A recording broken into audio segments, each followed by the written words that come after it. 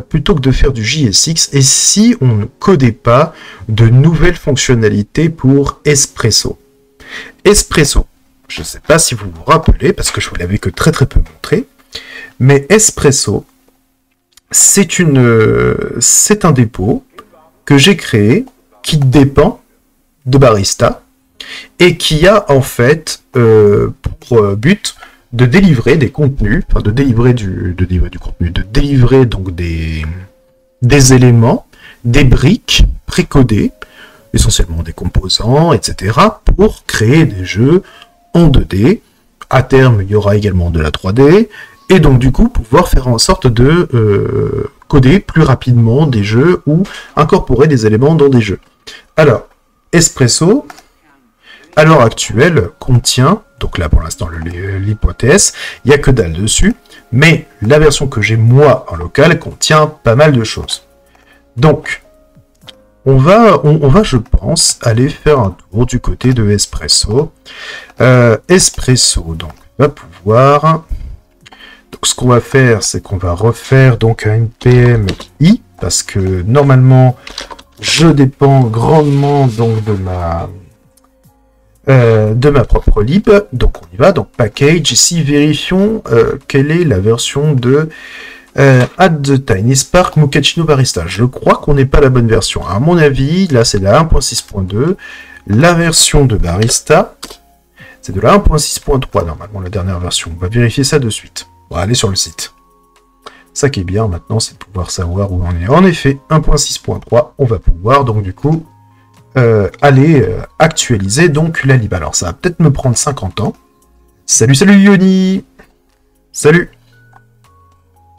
Alors, on va aller mettre à jour donc la lib. Et on fera peut-être le premier push sur Espresso ce soir. Histoire que vous puissiez appréhender un petit peu plus facilement sans que je ne sois obligé d'être en ligne. Donc on va mettre à jour Mochaccino Barista sur @latest. Hop, parfait. Donc là normalement je suis sur la bonne version. Et en effet c'est la 1.6.3, super. Bon alors que je vous présente un petit peu ce qu'il y a dessus. Je vous présente un petit peu ce qu'il y a dessus. Donc, il y a donc dans lib, donc bien entendu, c'est du TDD. Vous avez compris comment fonctionner. Il y a donc des tests pour chaque élément que vous voyez là, ou en tout cas les plus importants. Donc, il y a une isomap qui va vous permettre donc de créer des maps, hein, comme son nom l'indique, des maps isométriques avec des ISO utils, des grillons 2D, des grillons 3D. Donc, typiquement, ce sont surtout des tableaux à double et triple niveau. Des isonodes, donc là ce sont en fait des nœuds, parce que typiquement dans les jeux où il y a des grilles comme ça, la plupart du temps, les grilles en fait sont composées de nœuds. À l'intérieur de chacune des grilles, il y a des nœuds. Et ces nœuds en fait contiennent la plupart du temps des états, etc. Comme sur le tuto sur le pathfinding que je vous avais fait à une époque. Et si vous ne vous en rappelez pas, ce soir c'est un petit peu le live on se rappelle, on regarde des trucs. Ah d'ailleurs, si vous connaissez pas la chaîne de Plante, c'est vachement bien. Le montage en tout cas est de qualité plus que parfaite. Moi j'aime beaucoup. Donc du coup je disais Mochaccino Pathfinding. Donc Mochaccino Pathfinding, donc ça c'est ma vidéo donc sur le Pathfinding. Si vous souhaitez aller revoir la vidéo donc sur le pathfinding pour comprendre donc le concept des grilles, du graphe, etc. Donc typiquement, vous voyez ce genre de truc. Plus tard, je l'intégrerai directement dans Espresso. La possibilité de faire du pathfinding en 2D. J'implémenterai ça donc également sur de la 3D. On fera en sorte de mettre des conditions, donc des grilles, des escaliers, des passages interdits, etc. Et également, je pense que j'intégrerai quelques algos de tri que l'on a déjà étudiés ensemble, et également un algo de génération de labyrinthe. Bref, plein de... Enfin, Espresso, c'est une grosse boîte à outils. Une boîte à outils, donc une lib, qui va vous permettre d'intégrer beaucoup plus facilement des éléments dans vos jeux, et donc du coup de ne pas avoir forcément à penser à merde, comment on fait ça, Alors je sais bien que plaisir, surtout lorsque l'on code des jeux, vient de comment je fais pour coder telle chose, et donc du coup de l'apprentissage, mais lorsque l'on veut faire un proto rapidement, on aime bien avoir des choses qui sont déjà pré-codées, testées, approuvées, etc. Donc voilà, si vous voulez avoir un petit rappel sur les nœuds, les grilles, les graphes, il y a la petite vidéo donc sur la chaîne YouTube. Et du coup, vous inquiétez pas si vous avez raté ce passage du live, la VOD ira directement là-dessus. Donc du coup, vous le reverrez à ce moment-là et je mettrai les timecodes comme j'ai mis la dernière fois. Allez, go. Bah comment va pardon Yuni, j'ai mis un peu de temps à répondre. Bah ma foi ça va. Et toi? Moi tout va bien. Tout va bien, je suis tranquille. C'est mercredi soir, je live. La vie est belle quoi. D'ailleurs, pour celles et ceux qui viennent d'arriver, vous les avez pas vus. Mais j'ai changé un petit peu de setup Twitch. Enfin, de setup. J'ai amélioré un petit peu le rendu. Donc là, comme vous pouvez le voir, la configuration a légèrement changé. Mais là, par exemple, hop, on passe donc sur moi en talking, plutôt pas trop grand, parce qu'en fait, ma caméra est pas aussi... il n'y a pas une énorme résolution de ma caméra, c'est du 1080 et pas plus. Et donc, du coup, ça sert à rien de m'avoir en énorme plan, surtout que, bon, je sais bien que je suis magnifique, mais voilà, hein, on va pas se mentir, hein, j'ai été plus beau, même si je sais que c'est difficile à croire. Je plaisante, hein, au cas où c'est pas évident, je plaisante, bien sûr. Et bien entendu, alors je vais vous le montrer, donc j'ai fait exprès de paramétrer le fait de ne pas pouvoir mettre le son de ma propre voix sur ces écrans-là. Donc ne vous inquiétez pas si vous ne m'entendez plus, mais là par exemple vous allez entendre la musique beaucoup plus fort, mais c'est l'écran donc d'attente.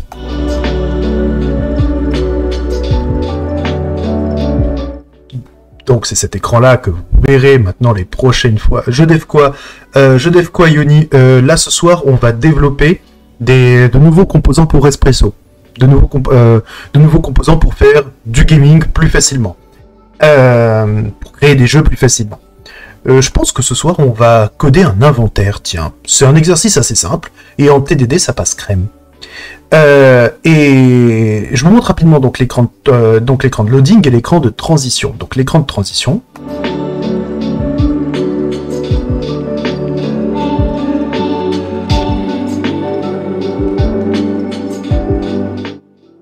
Sympa, hein?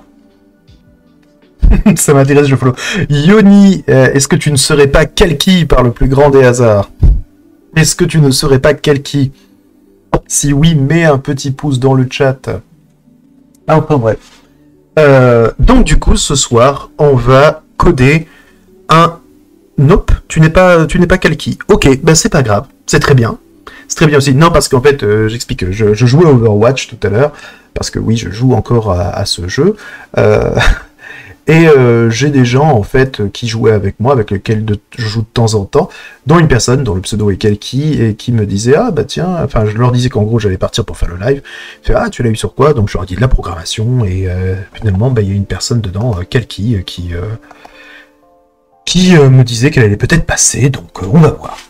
Ok, donc du coup, ce qu'on va faire, c'est que l'on va donc créer donc notre inventaire en full TDD. Alors, la première chose à faire, donc ça c'est le premier dilemme donc du développeur. Comment je vais nommer le package qui va contenir cet inventaire? Parce que je les divise un petit peu. Vous voyez, j'ai mis un package modèle, mais j'en suis pas très satisfait. On verra plus tard.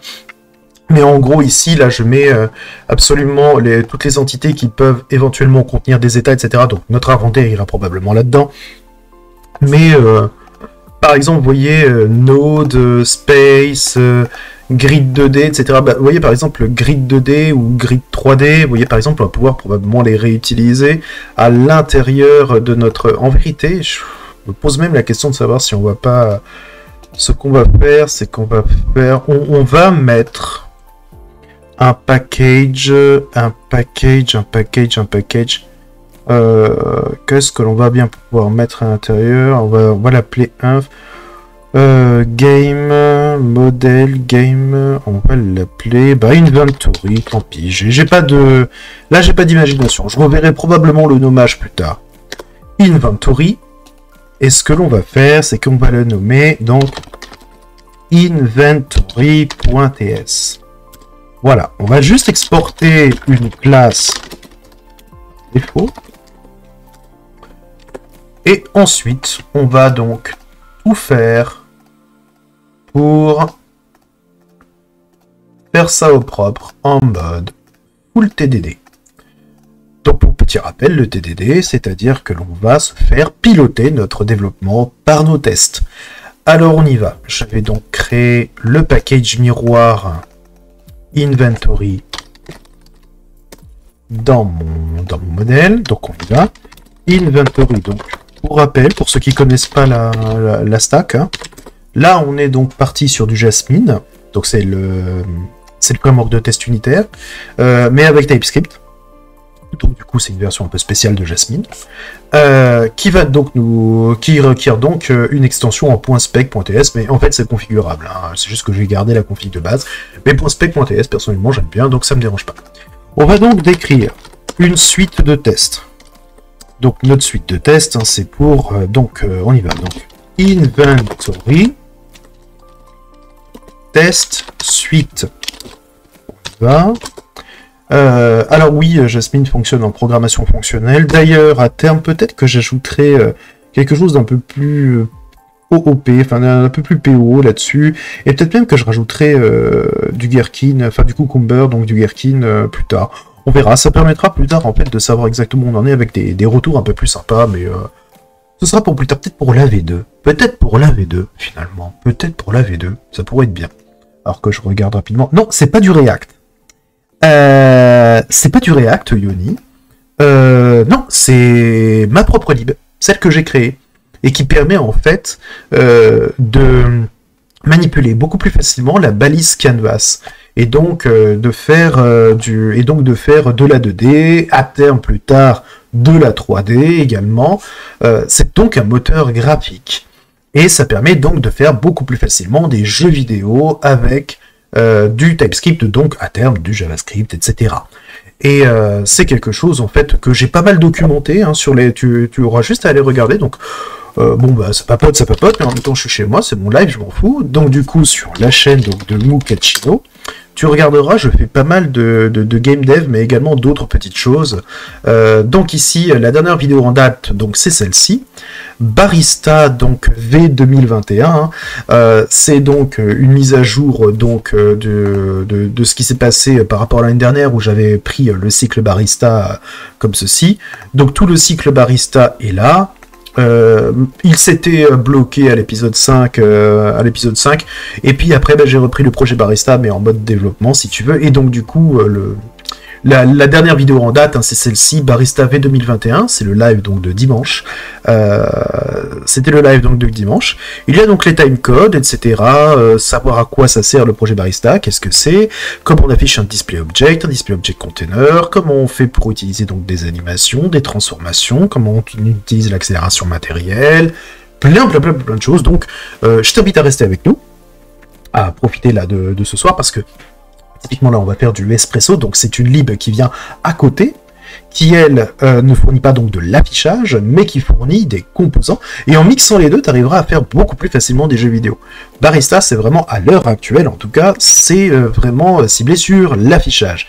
Mais comme je l'ai déjà annoncé, comme tu pourras le voir sur la vidéo, bon elle est un peu longue, elle fait 1h30, hein, mais tu pourras la voir en plusieurs fois, ou d'une traite, hein, si t'aimes ça.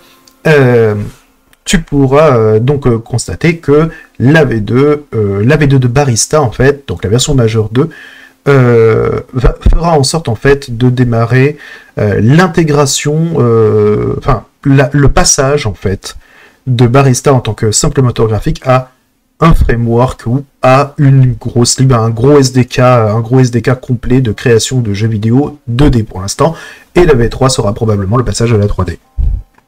Donc voilà, c'est sur la chaîne, c'est sur Mukachino, tu peux aller y jeter un œil. Et voilà.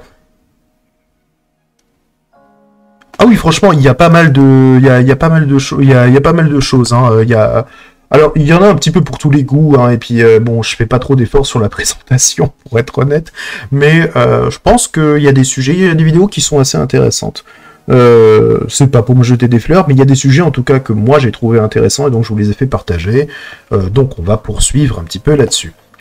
Alors, describe. Donc on était donc à notre suite de tests. On y va. Première chose à faire, notre inventaire donc doit on doit pouvoir donc stocker des éléments à l'intérieur de notre inventaire. Donc, it should be able to store items into the inventory. Ok. Première chose à faire, donc, on va devoir... Ce qu'on va faire, c'est qu'on va manipuler donc notre inventaire. On va en manipuler une seule instance, pas besoin d'en créer une nouvelle instance à chaque fois. Donc, on va prendre notre inventaire. Et en vérité, on va déjà avoir dans un premier temps ce que l'on appelle un test statique, c'est-à-dire résolu donc par le compilo, le linter ou tout autre outil à notre disposition. Là, par exemple, vous voyez, je ne peux pas créer ma nouvelle instance d'inventaire. Bon, déjà parce que j'ai pas fait en sorte d'importer mon truc. Bon, c'est un premier test, il est statique, mais pourquoi pas. Donc on va se le faire importer. Alors, il me propose aucune suggestion, pour la bonne et simple raison que il n'est pas encore listé. Donc là, vous voyez, on doit remonter. Et voilà, on y est. Donc ici, on a donc inventory. Et ce sera donc la classe inventory. En fait, je pense que j'aurais pu le mettre dans les spaces parce que c'est pas du partitioning, mais c'est du storage. En fait, c'est un espace de stockage. Space. Est-ce que, à votre avis, question que je vous pose à vous, est-ce qu'on peut raisonnablement admettre qu'un inventaire est un espace de stockage, dans le sens spatial du terme, c'est-à-dire physiquement. Je pense que oui. Et dans un sens, bouger cette chose-là à l'intérieur de space, au moins ce package-là à l'intérieur de space, je me sentirais moins coupable. Et peut-être même changer le nom de l'inventaire pour storage. Allez, vas-y, on y va. Vous voyez, je vous l'avais dit. Hein. Ça, c'est l'un des dilemmes du développeur. Hein.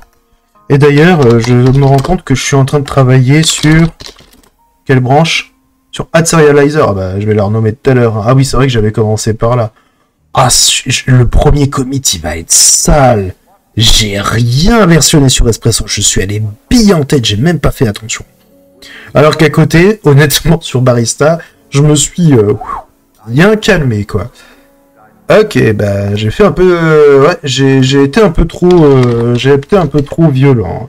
Donc on y va. Donc space, storage, et on a dit inventory. Alors du coup, ce qu'on va faire, c'est qu'on va importer inventory depuis ça. Alors, par contre, j'aimerais vraiment qu'il me propose l'autocomplétion, le petit salaud. Alors, est-ce parce que je suis trop remonté? Voilà, donc lib, model, space, storage, inventory. Ouais, il n'y a pas à dire, en fait, ce packaging-là me laisse moins perplexe. On va le garder. En tout cas, comme nom temporaire, il me convient beaucoup mieux que l'autre.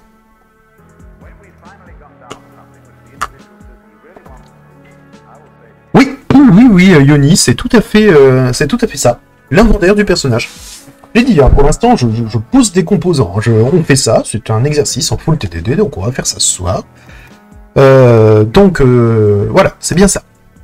Donc, it should be able to... Alors, je vérifie s'il n'y a personne qui me ping sur Discord. Bon, ok. It should be able donc, to store items into the inventory. Ok, parfait. Donc, ce que l'on va faire, déjà, c'est que notre inventaire, il va lui falloir donc une méthode qui lui permet donc, où on permet donc de stocker des données. Le truc, c'est que un inventaire, ça va être avant tout un poids à gérer, je pense. Alors, est-ce qu'on part du principe que notre inventaire possède la capacité... Alors, est-ce que notre inventaire, c'est un petit peu un inventaire donc à la Skyrim, c'est-à-dire on stocke des éléments et puis il y a des lignes, des lignes. Ou est-ce qu'on part du principe qu'il y a des cases un petit peu alignées en 2D? Ou est-ce qu'on part du principe qu'on s'en fout et que c'est juste de la présentation? Ma foi, je pense que ça peut être que de la présentation. Donc ce que l'on va faire, c'est que l'on va pas forcément Est-ce qu'on hérite de Grid 2D? C'est ça ma question en fait, parce que Grid 2D remplit tellement le truc, et en vérité Grid 3D remplit tellement le truc aussi, qu'en vérité, parce qu'en fait si vous voulez, Grid 2D, Grid 3D, je vous fais un rapide dessin, même si je pense que vous voyez tout de suite de quoi on veut parler, mais Grid 2D, en gros, c'est une grille en 2D, donc avec des cases, hein, comme un inventaire. Et de la façon dont Grid 2D et Grid 3D sont foutus, il n'y a pas moyen de dépasser l'inventaire, en vérité. Hein. Là, c'est vraiment... Donc là, il y a ça. Et en vérité, Grid 3D, c'est ça, mais superposé en plusieurs couches. Et donc, c'est partir du principe qu'on peut avoir donc des données sur plusieurs couches à l'intérieur. Enfin, ou alors juste plusieurs grilles 2D avec plusieurs panneaux. Enfin, on a cette possibilité. Ou alors juste une grille 3D et on présente. Et en gros, quand on va à droite, par exemple, hop, on a une grille pour on a juste plusieurs couches en vérité. Franchement, je suis d'avis de faire en sorte que notre inventaire soit une grille 3D. Mais du coup, est-ce que y a des choses en plus à implémenter? Parce que finalement, dans un inventaire, on va pouvoir donc stocker des éléments, les enlever, etc. Mais est-ce qu'on implémente la notion de poids? Parce que dans ces cas-là, ça veut dire que les objets qui y sont stockés doivent eux-mêmes posséder un poids. Parce que la notion d'espace dans les grilles 2D et 3D est déjà gérée, en fait. On peut éventuellement faire ça, parce que là, vous voyez, to be able to store items into the inventory, techniquement, en vérité, là, j'ai get at, add at, remove at, out of bounds, destroy, reset, j'ai absolument tout ce que je veux, en vérité, là-dedans. Pop. Et donc, si je fais en sorte que ça extend grid 3D, j'ai même pas besoin de tester les fonctions de base. Et dans ces cas-là, en n'oubliant pas que donc, grid 3D donc, utilise donc, les generics, donc ça veut dire ici que... Hop. Donc ça veut dire ici que cette chose-là, je vais pouvoir donc l'utiliser telle quelle, en tant que grid 3D, et donc du coup, ce qu'il faudrait éventuellement, ça, parce que là, mon item, parce que je peux vouloir stocker plusieurs items différents, je peux vouloir les regrouper éventuellement.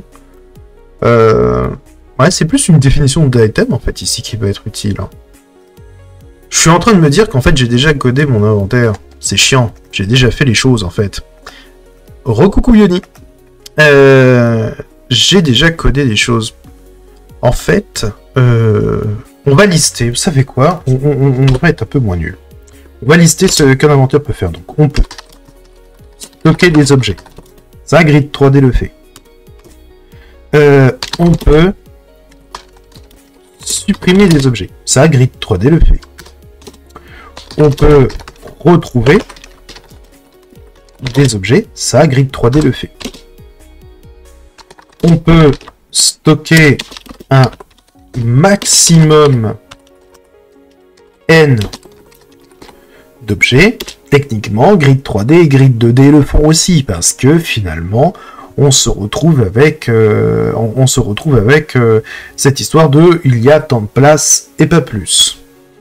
Ce qu'on pourrait éventuellement faire, c'est il devrait pouvoir, donc, doit pouvoir dire combien de places il reste dans l'inventaire. Ça, Grid 3D ne le fait pas. Ok, on va le mettre ici. Donc, should be able to say how much places left, how much places left in the inventory. Je sais pas si ma phrase est très correcte, mais on s'en fout, l'idée est là. Donc le principe ici, c'est que du coup, dans notre inventaire, donc on va aller donc stocker pas mal d'éléments. Alors le truc c'est que Grid 3D, comme vous pouvez le voir, donc ici, normalement je suis censé le reset, ce machin-là. Donc le nombre de rows, de calls et de layers. Donc ici, ce que l'on va faire, c'est que l'on va le définir donc une bonne fois pour toutes. Donc reset, on va mettre un inventaire qui possède donc, on va dire, 10, allez, on va dire 100 places, mais sur 2 couches, donc 200 places. Ok, j'ai donc 200 places pour 200 objets dans mon inventaire. Donc ici, inventory, donc à date, donc on va aller stocker donc des éléments au pif un peu, parce que j'ai envie. Donc for let i number est égal à 0, i inférieur à, allez, on va mettre 150. Est-ce que je peux, ou non, ouais, on va les stocker directement ici. Hop, on va les stocker sur les deux... Ouais, on va les stocker sur 2 couches différentes. Donc ici, ça sera 100. Et for let j number, comme ça on a plusieurs couches. For let j number, j inférieur à 2. Ouais, j inférieur à 2. J++. Et en fait, ouais, on va faire ça. On va aller stocker... On va aller stocker en fait les 200 éléments. On va en retirer 1. Et normalement, je devrais avoir 199 places de libre. On va faire ça. Donc ici, on va faire donc inventory.adapt. On a dit donc i, j... ah oui, je suis un peu bête. Donc voilà, i, j, donc c'est plutôt 10, 10 ici. Et là, je vais faire un for k. On y va. For let k, donc ça sera le numéro de la couche. K inférieur à 2. Et K++, hop, on a juste à rajouter un petit accolade, hop, voilà, et donc, on stocke donc un élément, et du coup, ici, on va pouvoir aller stocker une valeur.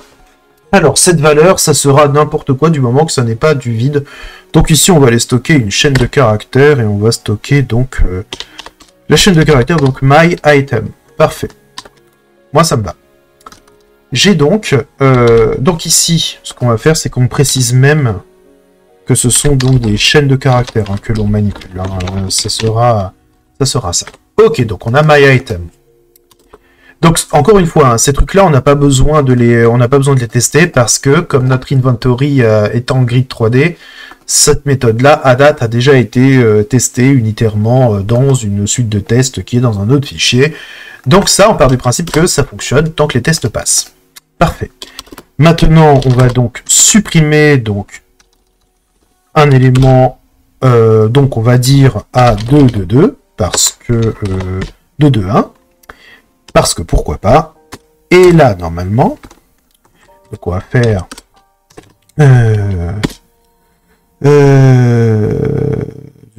when then given donc when et then. Donc const je vais mettre result est égal donc à inventory, donc get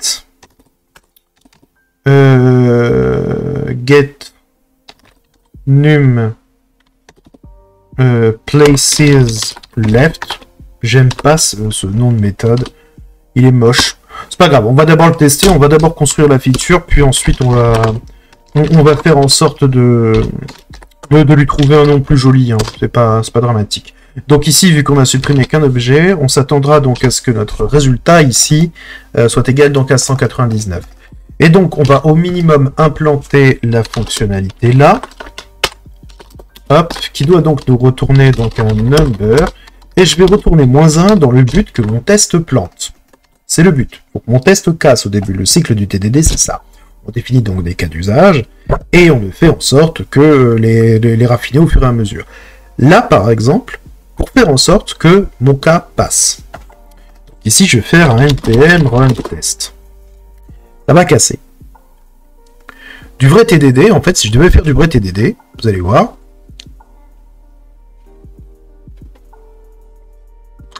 Hop. Donc ici, alors attendez, j'ai un autre... An error was thrown in after all. Qu'est-ce que c'est que ce truc? can't find, blablabla, index.ts, dans storage, inventory, quoi? Ah oui, d'accord, parce que je suis trop bête. Modèle, hop, node, game node, c'est pas dans le node, c'est dans space, partitioning, grid et grid 3D. Voilà. Il y a eu un couac. Parfait. Il y a eu un couac à l'import. Il y a eu un couac à l'import. Ok. Le test fail, c'est tout à fait normal. Expected, donc -1 to equal 199. Bon. Eh ben, si je fais vraiment du TDD ici, si je veux juste passer mon test, je me prends pas la tête, hein. Voilà ce que je fais en sorte de retourner 199. C'est ça le vrai TDD. Le vrai TDD, c'est je fais en sorte de pas. Donc là, tous mes tests passent. Je fais en sorte d'ajouter donc des cas de test pour raffiner mon algorithme à chaque fois. Donc là, en fait, ce qui me manque, c'est pas de la logique. Hein, je réponds donc à mes tests, je réponds donc à des charges. Ce qui me manque, c'est des cas de test. Donc on va se créer donc des cas de test. Donc const data, donc on va le nommer ça test data. On va mettre un tableau de données. Donc ici on va mettre donc du coup qu'est-ce qu'on va mettre? On va mettre des indices d'éléments. Donc alors remove at, on va juste mettre donc row, alors ouais, remove at, on va faire ça, remove at, histoire que ce soit donc remove, donc ici ce sera row, donc ici on va supprimer row, donc on va supprimer à 2, on va le supprimer également sur 1, donc ça c'était notre cas de test ici, 2, 2, 1. Donc ici, là c'est ok, on remplit donc avec myItem, et donc on s'attend donc à trouver donc expected, donc on s'attend à trouver 199. Ce jeu de test là, on va le mettre donc à l'intérieur de ce truc là. Ouais, on va le mettre ici, donc dans la préparation. Et donc ici, on va faire un test data. Donc, alors, non, pardon, on va le mettre plus haut, au-dessus du 8. Et je vais faire ça. Test data. Donc, point for each. Hop, et donc ici, current. Et là, à l'intérieur, donc, je fais un hit à chaque fois. Boum, on fait ça. J'aurais pu mettre mon test data for each à l'intérieur du 8, hein, c'est au choix.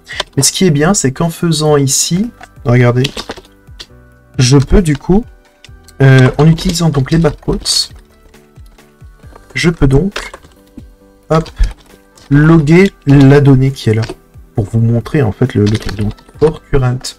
Et donc, je saurai quel est le truc qui a foiré exactement. Donc, ici, pour current, donc, current.remove.forEach, donc pour chaque élément que je dois remove, je vais donc le remove ici. Donc remove data, je vais le nommer remove data. Donc remove data, donc .row, remove data.col et remove data.layer. Voilà. Je supprime donc autant d'éléments dans mon 1, 2, 3, 4 dans mon inventaire que d'éléments, enfin que d'objets que j'ai mis ici. Et d'ailleurs, entre chaque test, je peux éventuellement faire un reset ici. Donc ici, ce que je vais faire, c'est que hop, je vais mettre mon reset ici. Ça permet donc de, comme son l'indique, de réinitialiser donc l'inventaire au propre à chaque fois. Et donc test data, donc test free places ici, est-ce que c'est ok? Boum, boum. On va essayer de lui donner une tronche un peu, je le réindente. Alors là, voilà, donc given, donc on reset, on remplit, Et ça, à la limite, je pourrais éventuellement le faire dans un before each si on en a besoin après. Current remove for each, donc on remove. Et là, du coup, on s'attend à ce que ce soit égal à current.expected. Alors, qu'est-ce que je fais? Je crée donc un inventaire générique pour des jeux, pour de la gestion d'inventaire. Ça va, 4-2 4-2 pour 42, j'imagine. Encore des élèves de 42. Ok, donc là, on avait juste remis donc notre fameux cas de test qui fonctionne parce que on a tout mis en dur et qu'il était tout seul. On va en rajouter un maintenant cette fois. Vous allez voir que ça va être beaucoup plus simple. Donc là, on va donc supprimer donc celui-là. Et on va également supprimer un qui est à la colonne 8. Et on s'attend donc à avoir 198. Et naturellement, ça ne va pas fonctionner, ça va casser. Et donc là, on va devoir donc commencer donc à raffiner un petit peu notre algorithme. Alors, on a plusieurs solutions. Soit on fait en sorte d'obtenir donc directement le bon algo, ce qui n'est pas très compliqué. Soit on fait en sorte de tricher et d'essayer de remplir 199, 198, mettre un if, etc. Honnêtement, je pense qu'on ferait mieux de prendre en charge tout de suite le bon algorithme. D'ailleurs, voyons voir un peu comment ça se passe. Si on regarde bien, en fait, nos données ici, où est-ce qu'elles sont stockées? Ça me donne l'occasion, en plus, de vous montrer comment sont stockées les données. Vous voyez ici, les données, donc this map, row, call, layer, etc. Donc en fait, c'est toute notre map qui nous permet donc de stocker soit des éléments de type T, soit nul. Donc ce qui se passe ici, c'est que on doit pouvoir donc aller chercher toutes nos données. Sauf que, comme vous pouvez le voir, c'est totalement privé. Donc ce que l'on va faire, c'est que l'on va passer donc notre map en protected. J'ai pas besoin de l'exposer via une méthode getData, j'ai juste besoin de pouvoir y accéder dans la classe qui est 1, 2, 3, 4, qui en hérite. Donc ici, ce que je vais faire, donc, c'est compter le nombre d'éléments qui ne sont pas nuls. En fait, plus exactement. Donc on y va. Ce qu'on va faire, c'est qu'on va boucler, hein, c'est aussi simple que ça. Donc, this map. Alors, this map, donc, notre map ici, donc, c'est une... Pourquoi, par contre, je peux pas boucler dessus? This map, il me dit que c'est... Soit ça, soit un tableau de nul. Ouais, ben... Non, normalement, je devrais pouvoir faire un for each. Hein. Pourquoi il refuse de m'en faire un for each, ce con? D'accord, donc pour lui, il est pas compté comme un... C'est pas grave, on va faire... for let row of this.map. For let call of row.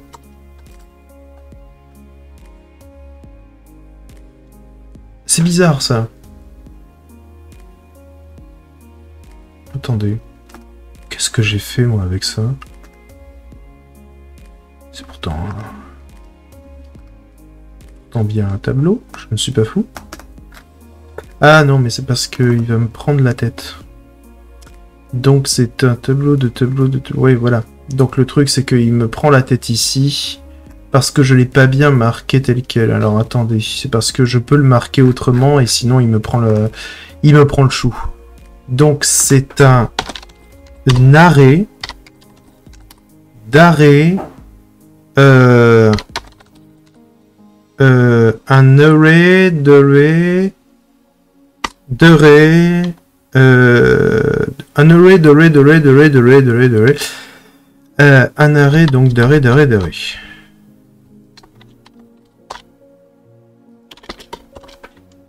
Alors un arrêt, hop, donc d'arrêt de type T ou nul. Voilà. Là normalement me prends pas la tête pour mon autocomplétion. Voilà. Donc là, j'ai le droit à mon truc. For let layer of call. Et du coup, ici, en fait, c'est même une value. Et donc, on va compter donc le nombre de places left. Donc ici, ce qu'on va faire, c'est qu'on va faire donc un total.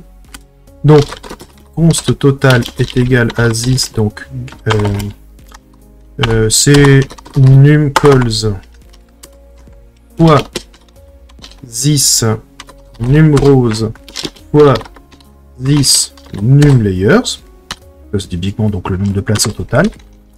Et ce qu'on va faire, c'est qu'on va faire un total.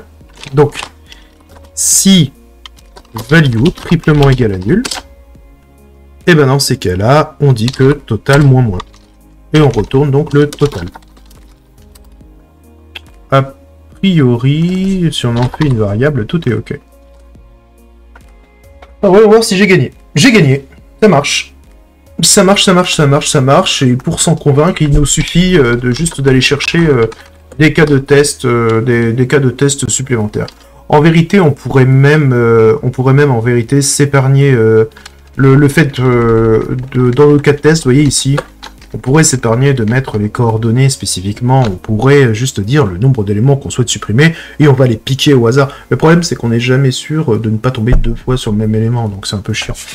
On pourrait mettre un from, tout, etc. Ça... Bon, c'est pas grave. Là, je l'ai fait comme ça. Ce qu'on va faire, c'est qu'on va donc en rajouter encore 2 comme ça. Ici, donc, vous voyez, par exemple, là, je vais le mettre donc à 7. Donc là, je m'attends à 197. Mais là, je laisse 198 pour que ça plante. Voilà. Mon code va bien retourner 197. C'est mon test ici qui est faux, mon cas de test qui est faux. Et là, normalement, si je passe à 197, je suis OK. Parfait. Je pense qu'on n'a pas besoin de beaucoup plus pour se convaincre que ça nous donne donc le nombre de places qui restent dans l'inventaire. Maintenant, ce qu'il nous faut, c'est trouver peut-être une fonctionnalité supplémentaire à intégrer. Peut-être lui donner un nom à cet inventaire, parce que finalement, ou même peut-être le fait de compter le nombre d'éléments qui sont les mêmes. Éventuellement, compter le nombre d'éléments qui sont les mêmes. Alors, le problème, c'est que ça demande d'avoir une fonction de comparaison. Une fonction de comparaison qui soit forcément dynamique. Parce que finalement, comme vous pouvez le voir, l'inventaire, il peut stocker tout et n'importe quoi. En fait, on devrait pouvoir grouper les éléments. Grouper les éléments. Get num of, ça pourrait être en fait, ça pourrait être quelque chose comme ça. Et pourquoi pas après tout? Ouais. Ce qu'on va faire, get num, get, comment on l'appellerait ce truc? Get num,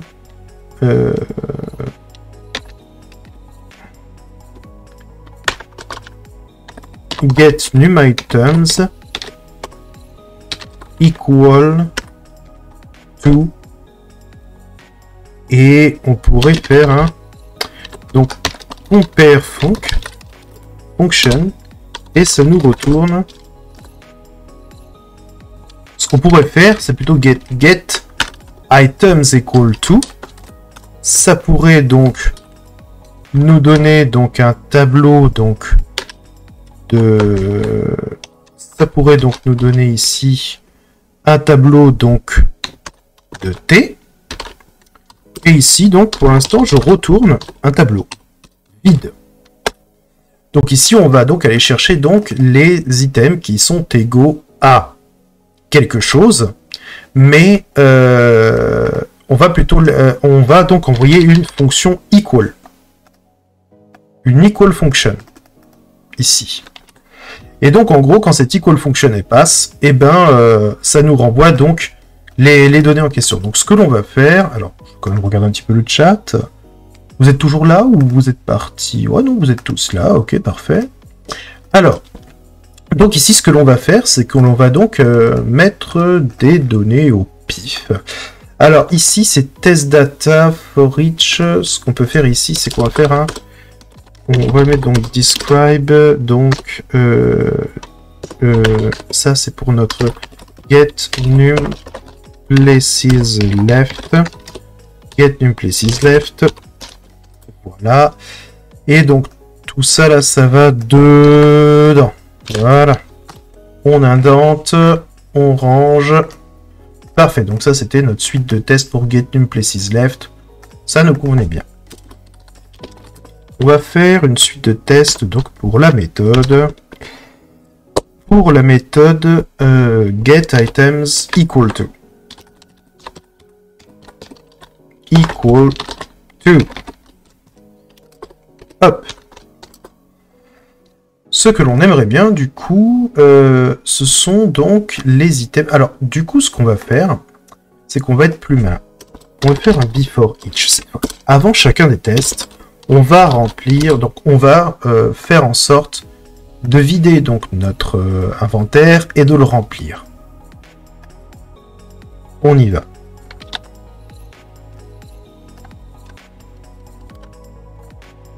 Donc ça, on va le mettre avant chaque truc. Et ce qu'on va faire, c'est qu'on va mettre... alors, tiens, d'ailleurs, pourquoi il me dit que c'est pas bon? Ah, get num places left. Tiens. Alors, pourquoi il me dit que c'est pas bon? Ça, c'est la bonne question. Parce que là, avant chaque test... j'ai peut-être pas enregistré. J'avais pas enregistré. Ok, donc... là, ici, ce qu'on va faire, c'est qu'on va mettre my item.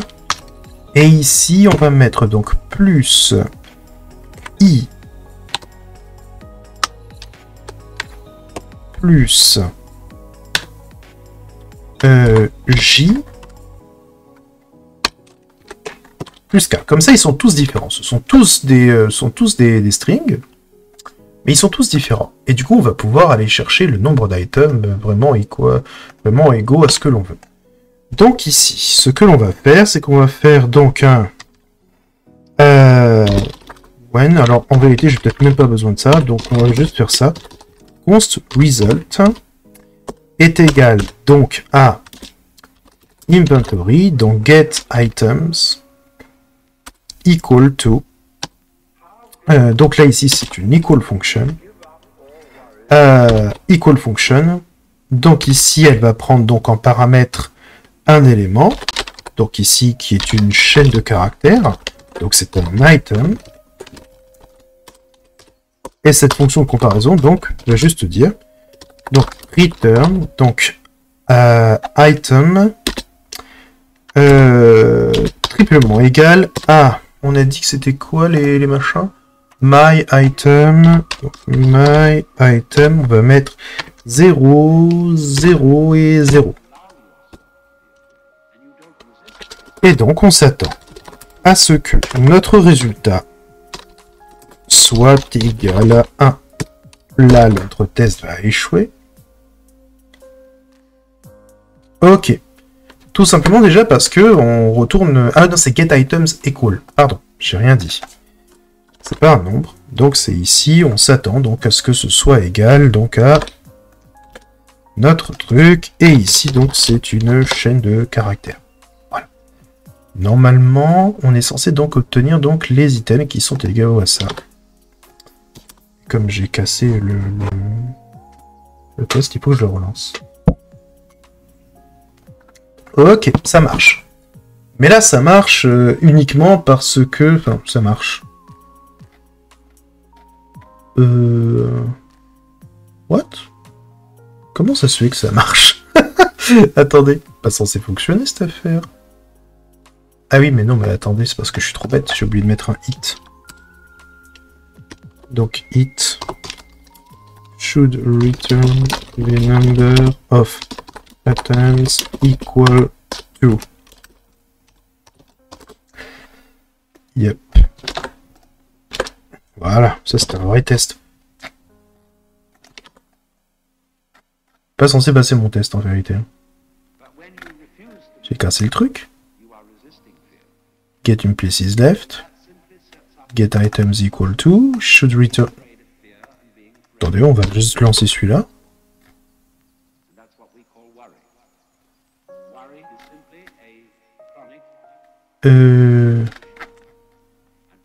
Ah, il me lance pas ma suite de tests. Alors ça c'est rigolo. fit. Mon test devrait pourtant être là. Tiens, ça c'est marrant ça. J'ai fait une erreur de syntaxe. Bougez pas. J'ai fait une erreur de syntaxe quelque part et du coup il me lance pas mon test. Vous voyez, il lance 0 test.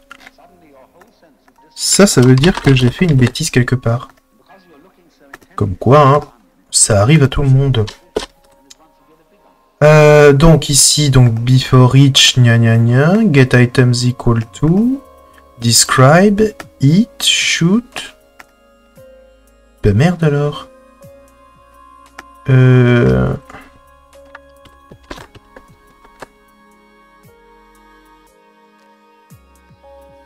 bah crotte, je crois bien que j'ai cassé tous les tests. Changed file, ta. Pourtant là il y a plus de F quelque chose. Et attends. Il me lance plus aucun test là. D'accord, ok, donc là vraiment il est genre cassé de chez cassé. Lance plus de test du tout. D'accord, super. Si je commente. D'accord, donc j'ai vraiment cassé le truc. On va le relancer. Je pense qu'à mon avis, c'est juste que là, je lui en ai trop mis plein la tronche. Ouais, voilà. On va décommenter maintenant. Voilà, mon test fail. Ah ben, dis donc, c'était un beau plantage, ça, de Jasmine. Bon, parfait. Donc là, il plante parce que, bah, techniquement, je retourne pas ce qu'il faut et que de toute façon, pour lui, c'est pas très intéressant. Donc ici, ce que l'on va faire, c'est qu'on va tout simplement... En vérité, j'étais pas obligé de faire cette fonction-là, mais je l'aime bien dans le sens où elle me permet, peut-être plus tard, d'ajouter en fait des choses en plus. Donc ici, c'est return, donc map.filter. En vérité, c'est this map.filter, et surtout, elle m'évite d'exposer le map à l'extérieur. Filter, et en vérité, juste à lui envoyer equal func. Voilà. Equal func. Et donc ici, is not as to type, blablabla, blablabla, blablabla. Alors, sauf qu'ici, vous voyez, il va m'embêter parce qu'il me dit que map.filter. Alors, vous voyez ici, je pourrais en fait juste repasser dedans. Ce qu'on peut faire ici, c'est que je vais le faire comme ça. Alors, et donc ce machin-là, value, donc ici. Donc, si on va mettre un const, result est égal donc à un tableau. Donc, si equal func de value, donc si ça me retourne true, alors je pousse ma value dans le truc.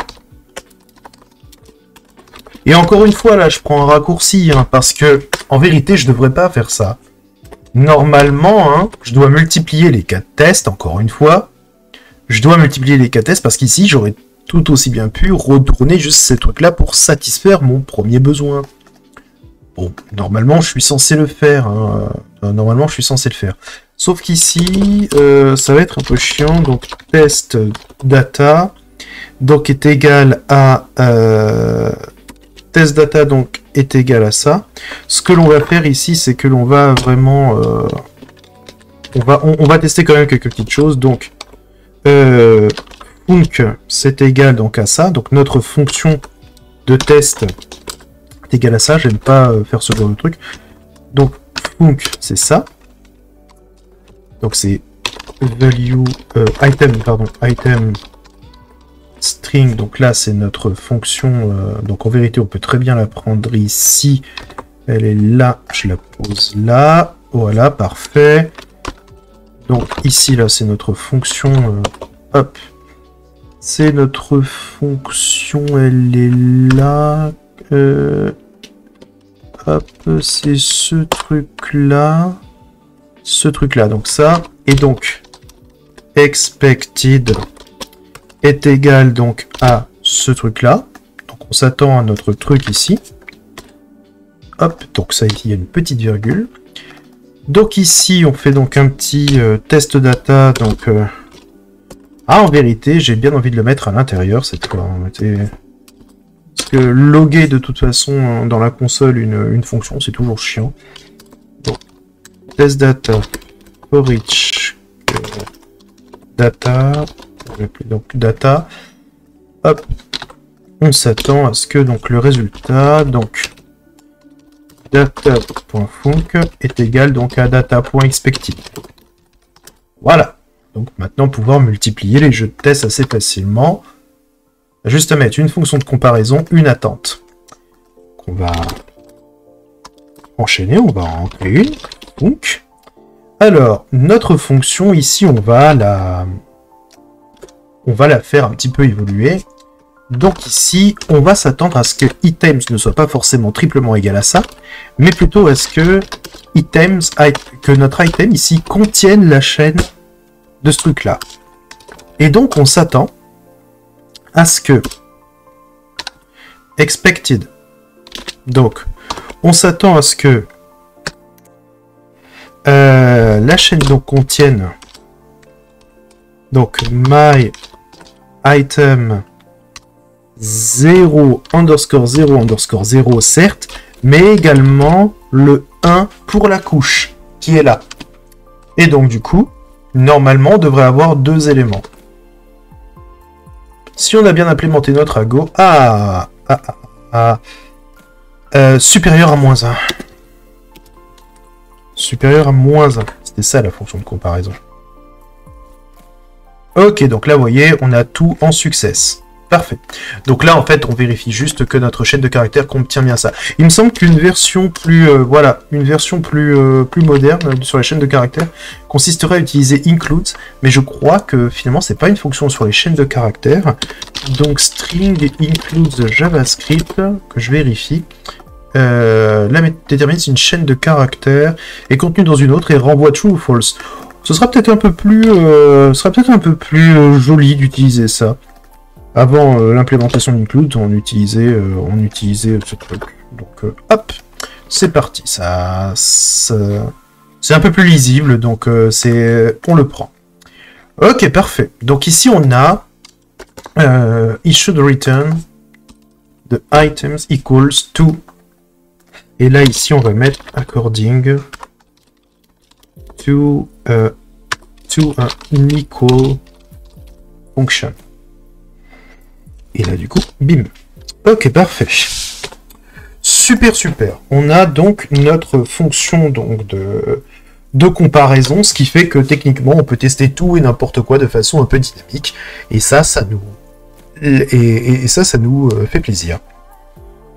Ok. Donc, qu'est-ce que l'on pourrait vouloir de plus dans un inventaire? Techniquement, un inventaire appartient à quelqu'un, mais on pourra lui donner en tant que propriété. Donc, ça sera pas ça. Donc, le nombre de places qui restent, le nombre d'items qui sont les items qui sont equal à, qui sont equal à.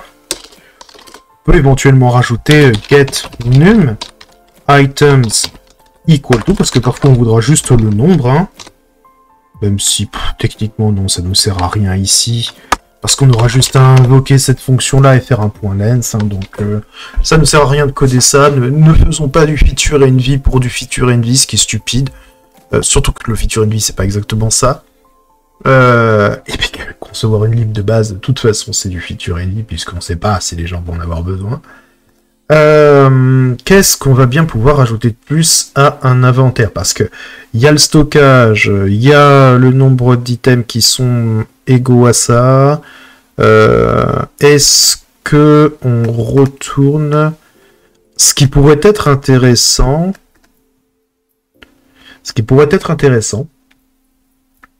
ça serait, plutôt que de retourner uniquement les items, on pourrait retourner un objet qui contient tous les items en question, mais également leur position dans l'inventaire. Ça peut être une chouette chose. Et ça pourrait nous permettre plus tard de remanager l'inventaire un peu de façon sympathique. Et pourquoi pas? Ce qui veut dire qu'on pourrait, du coup, retourner quelque chose dans ce goût-là. Alors, ça veut dire qu'il faut retourner un type précis qu'on peut déclarer à la volée. Donc ici, ça serait row number, call number, layer number, et enfin, value t. Donc là, le test va casser, hein, parce que le type est pas... Enfin, normalement, le type, c'est pas ça. Le test casse pas tout de suite. Mais normalement, on est censé, du coup, obtenir, donc ici, autre chose. On est censé, du coup, obtenir row 0, call 0, layer 0, et value ceci. Voilà. Là, on va le copier. Coller. Copier.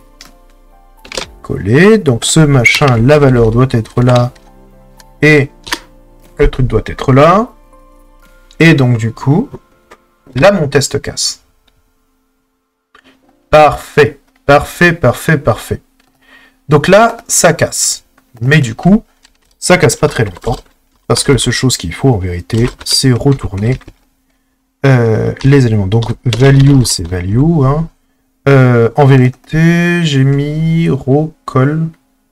Ouais, ok, d'accord. Donc ici, c'est row. Donc ici, c'est... Ah, du coup, j'ai pas le... Oui, non.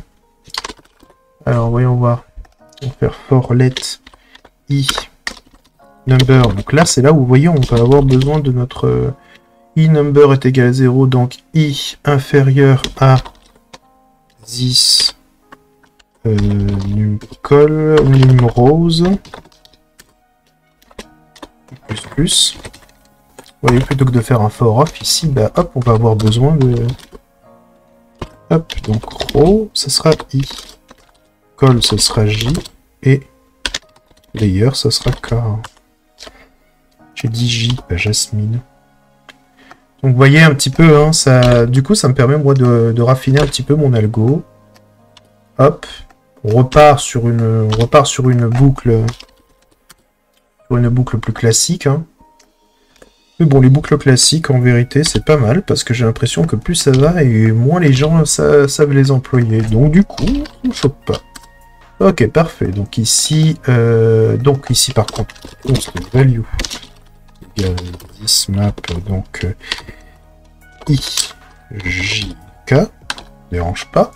Et donc la value, donc c'est value, layer c'est k, j'ai bien mis ça, hein, c'est layer, ouais, tout à fait. Et donc c'est ça qu'on pousse. Est-ce qu'on est bien avec ça? Sur cette indentation qui est à chier.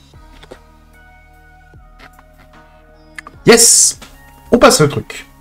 Donc là, ce qui est bien, c'est qu'en plus donc des données, en plus donc des items donc, qui sont égales à ce que je voulais, et qui sont égaux à ce que je veux, eh bien j'obtiens également leur position dans l'inventaire. Ce qui peut me permettre, plus tard éventuellement, de faire plus facilement des groupements d'objets, éventuellement donc de les pousser en fait, de les pousser ailleurs, par exemple dans une case vide, et hop, on regroupe l'entièreté, donc on extirpe les données donc du tableau et puis de l'inventaire, et puis on va les pousser ailleurs, ce qui est pas dégoûtant. Donc après ce qu'il faut, bah, c'est essayer de les regrouper un petit peu tous ensemble, hein. Donc ce qu'on peut faire éventuellement, c'est essayer donc de regrouper donc les objets qui sont égaux à tel truc, et dans ces cas-là ça veut dire aussi que on peut par exemple stocker des objets qui sont un peu particuliers, qui possèdent donc un type, on les extirpe et on fait en sorte de regrouper donc tous les objets par type. Donc ça c'est un petit boulot supplémentaire qu'on pourrait éventuellement en vérité déléguer à un inventory qui ne pourrait recenser que des objets d'un type particulier qui répondrait à une interface. Donc par exemple une interface qui dit que un objet doit avoir forcément un type. Ça peut être quelque chose qu'on peut faire. Là, ici, on a un inventaire qui est volontairement très très large en termes de fonctionnalités, qui est très permissif, mais du coup, qui nous donne des fonctionnalités qui nous permettront plus tard d'envisager des trucs un peu plus précis. Genre, par exemple, regrouper les armes entre elles, regrouper des potions, etc. Là, c'est tout à fait possible de faire ça. C'est juste que ça demandera un peu plus de code que si on l'implémente en dur.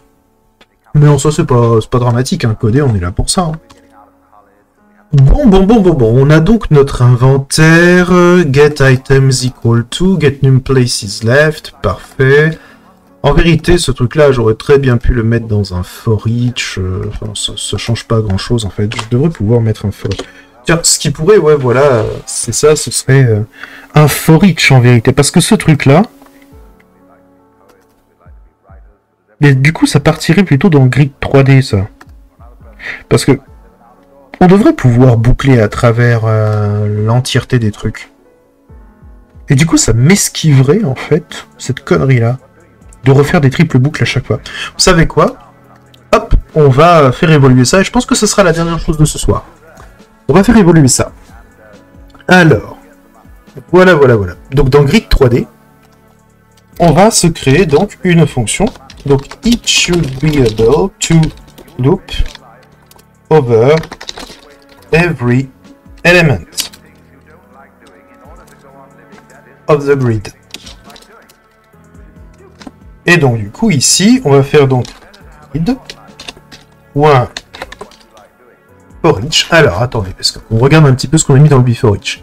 On a combien d'éléments? Donc num rows, num columns, num layers. Ah oui, alors là on a mis saucisse, œuf, galette, choucroute, on a tout mis quoi. 100 fois 100 fois 100 fois 100. Donc un total. Donc ici ce qu'on va faire c'est qu'on va incrémenter donc un compteur en fait. Ça sera peut-être... on va juste incrémenter un compteur. Number égale à 0. Donc let expected est égal donc à grid.numCols.grid.numRows fois grid numLayers. Donc ça c'est le total. Donc grids for each, donc on a juste les éléments. Hein. Les éléments, on va mettre donc row, col, layer, même si en vérité on s'en fiche un petit peu. Ici, la seule chose qu'on veut, c'est faire un counter. En vérité, on pourrait même checker en vérité, mais ça ferait faire tellement de tests que checker que chacun des éléments est bien celui-là, quoi. Non, ça serait un petit peu trop violent, même si techniquement on doit le faire. Bon, alors go, hein, c'est parti. Donc counter ++, et donc on va faire expect. Peut-être par contre elle est violente. Hein. Je vais peut-être la reset, franchement. On va la reset seulement à quelques éléments parce que celle-ci est trop violente, quoi. Donc given. Parce que bon, faire 1 million de tests juste pour tester si une grid c'est bien loupé à travers chacun de ces éléments, honnêtement. Donc given, donc ici on va mettre when. Donc ici on va donc reset, donc ici donc on va la mettre à 2 x 2 x 2. Hein. Hop, c'est parti. Hein. Donc 2 x 2 x 2. Ici on a dit donc que on allait mettre donc tous les éléments qui sont là. On va mettre donc grid à date, bah tiens, on va mettre 0, 0, donc 0, on va lui mettre donc, on va juste mettre des éléments en fait, guide for each, vous savez quoi, hop, on n'a qu'à dire que c'est ça, on va louper à travers ça, donc value row col layer, donc on n'a qu'à dire que counter ++, et on dit donc que grid à date, donc row col layer, ici on va mettre coucou, et donc on s'attend à ce que grid getDat row col layer soit égal à coucou, donc ici, même si techniquement ça on l'a déjà testé, not to bidule, voilà. Et donc là, ici, donc on boucle là-dessus. Ensuite, on s'attend à ce que counter soit égal à expected. Voilà, parfait. Alors, expect de ce truc-là. Donc ici, il nous faut donc un for each pour notre grille 3D. Alors, notre grille 3D, il est là. On va lui faire en sorte de faire donc for each. Donc ça nous renvoie du vide, hein. Ça nous renvoie du vide cette chose. Et donc, du coup, on fait ça, value, hop, hop, hop, for each value, et ça prend donc une fonction de comparaison. Donc, function. Voilà. Donc, le test ne passera pas, parce que pour l'instant, on n'a encore rien fait. Parfait. Par contre, ici, maintenant, si on fait donc bien notre... Alors, c'est là où on va pouvoir réutiliser ce qu'on a mis dans notre fameuse, dans notre fameuse inventaire. Hein, parce que franchement, tout refaire, merci, quoi. Hop, hop, hop, hop. Voilà, parfait. Et ben là, vous voyez, ici, après, on a juste à faire un func de this map i j. Donc on envoie la valeur. On a dit également qu'on voulait envoyer donc I, J et K. Parfait. Ok, super. Et ben vous savez quoi? Hop. Maintenant, ce qu'on peut faire, c'est directement... On change pas les tests ici. Hein. On va directement aller l'utiliser dans... On va directement aller l'utiliser là-dedans, dans getItems et equal to. Donc on va faire un this.forEach. Hop, donc value row call layer. Donc result, voilà, ici. Donc si on a ça, alors on a donc row call layer et value. Hop. Parfait. Et du coup, on peut même compacter un tout petit peu le machin. Hop, hop, hop. Techniquement, je peux même... Voilà, faire ça. Result. Eh ben, mon cochon, je crois qu'on est plus... Ouais, je crois qu'on est plutôt bien. On va voir si le test passe. Parfait. Le test passe. Et ici, du coup, on peut faire exactement la même chose. Donc, this for each. Donc, this for each. Donc, value. Et éventuellement, les autres, je m'en fous complètement. Donc, ici, si value... Voilà. Parfait. Si ça passe...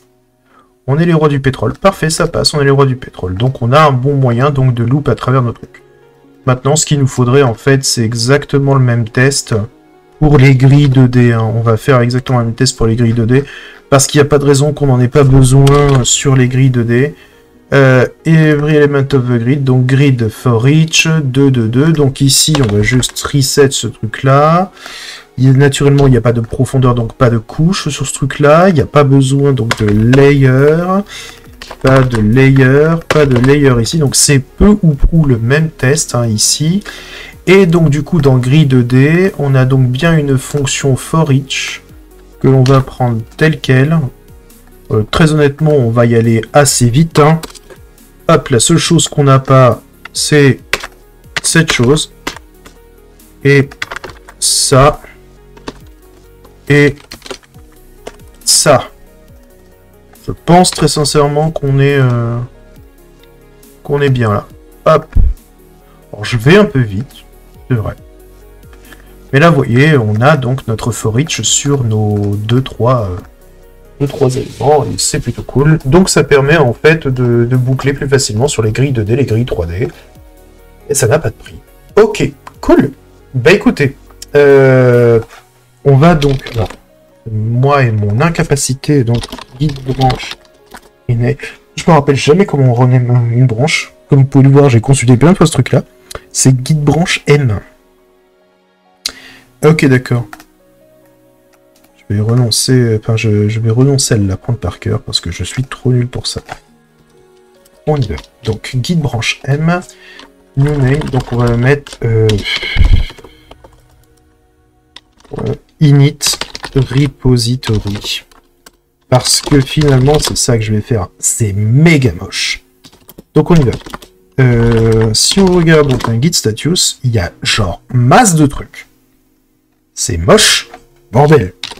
C'est pas grave, hein, j'ai pas fait de commit, mais bon, bah, hop, on y va. Donc, commit, donc, -m. Donc ici, alors ça, c'est ça, c'est marrant. Du coup, bah, là, non, c'est uniquement donc, mon commit à moi. Donc, je vais mettre... qu'est-ce que je vais mettre? Je vais mettre...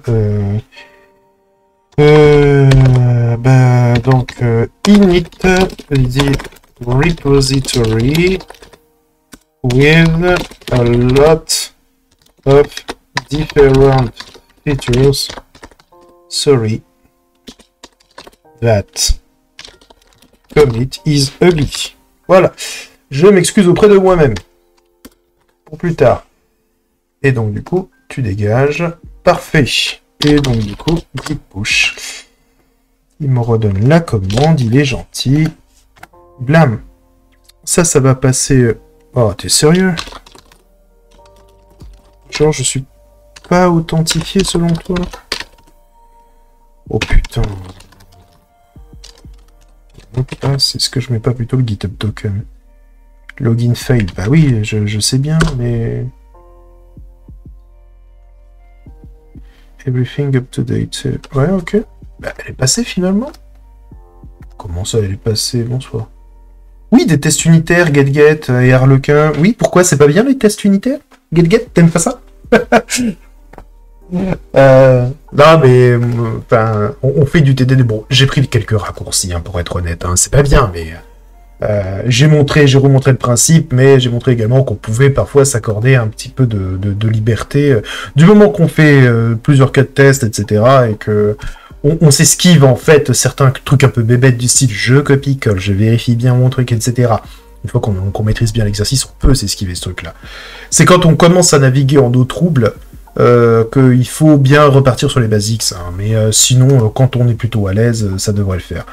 Ok, bon, alors du coup, on va aller regarder, le dépôt, parce que, très honnêtement, j'ai comme l'impression que... C'est passé.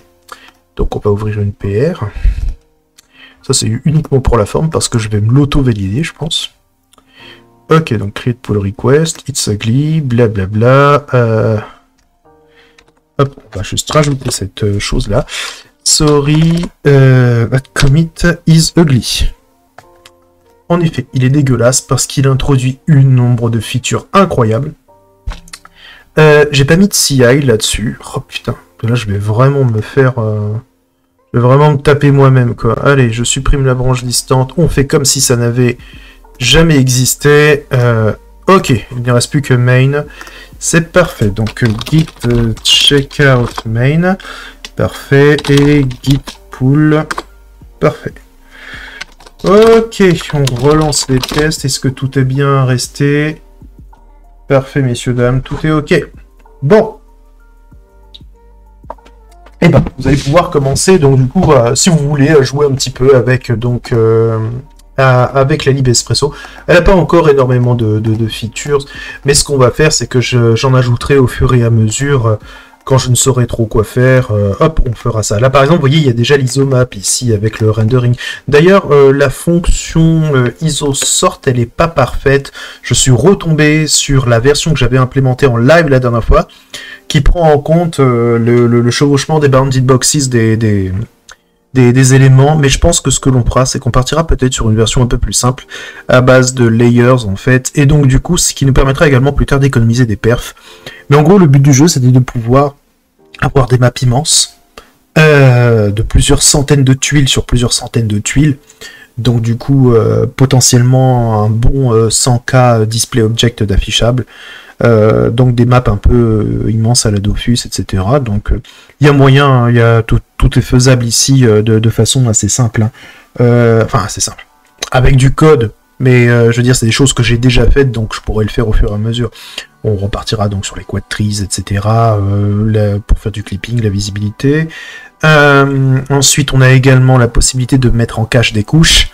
Et donc du coup de regrouper des éléments de rendu ensemble, de façon par exemple à dire, bah tiens, telle couche la couche du sol, j'ai pas besoin de la redessiner de la redessiner de façon atomique à chaque fois. Je peux par exemple regrouper l'entièreté des éléments en une fois et du coup en faire une version en cache dans une grosse texture pour ensuite juste redessiner les éléments dynamiques par-dessus. Il y a plein de façons de faire en vérité, et donc le but du jeu en fait, c'est pas forcément de tout précoder pour dire tu coderas de cette façon-là, mais c'est plutôt de donner des boîtes à outils, te dire si tu veux, tu peux faire comme ça. Et c'est la différence entre donner une lib ou produire un code pour de la production pour un produit bien précis. Voilà. Le but de ce truc-là, c'est de produire une lib avant tout. Donc ce que l'on va faire, c'est qu'on va se dire à la prochaine, donc probablement samedi ou alors début de semaine prochaine. Et puis ben voilà. Donc je vous fais des bisous. Ciao.